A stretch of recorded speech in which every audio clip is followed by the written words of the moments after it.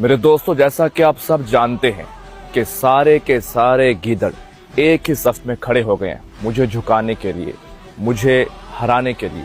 آپ کے سامنے بھی کچھ ویڈیوز گزری ہوں گی۔ سارے کے سارے مخالف میرے ایک ہی صف میں کھڑے ہو گئے مجھے جھکانے کے لیے۔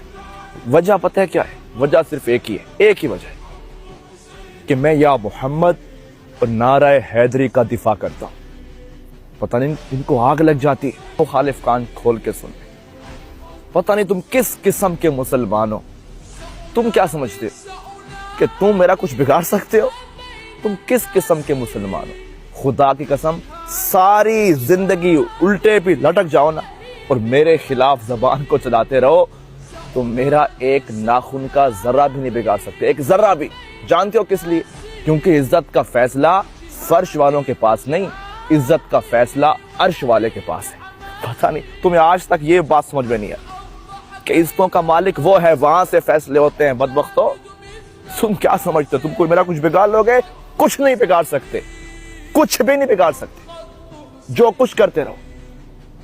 نادا تم کیا سمجھتے ہو کہ عماد قریظہ کوئی لاوارث ہے؟ تم کیا سمجھتے ہو کہ عماد قریظہ کوئی لاوارث ہے؟ ہمارے ہیں وارث، ہم جن کی نوکری کرتے ہیں ہمارے وہ وارث ہیں۔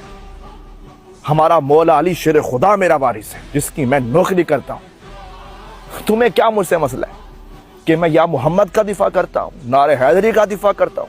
نہ یہ بات میری کان کھول کے سن لو، میرا ذرہ بھی نہیں بگاڑ سکتے، یہ بات لکھ لو۔ نہ یا محمد رکے گا، نہ نعرہ حیدری کا نعرہ رکے گا۔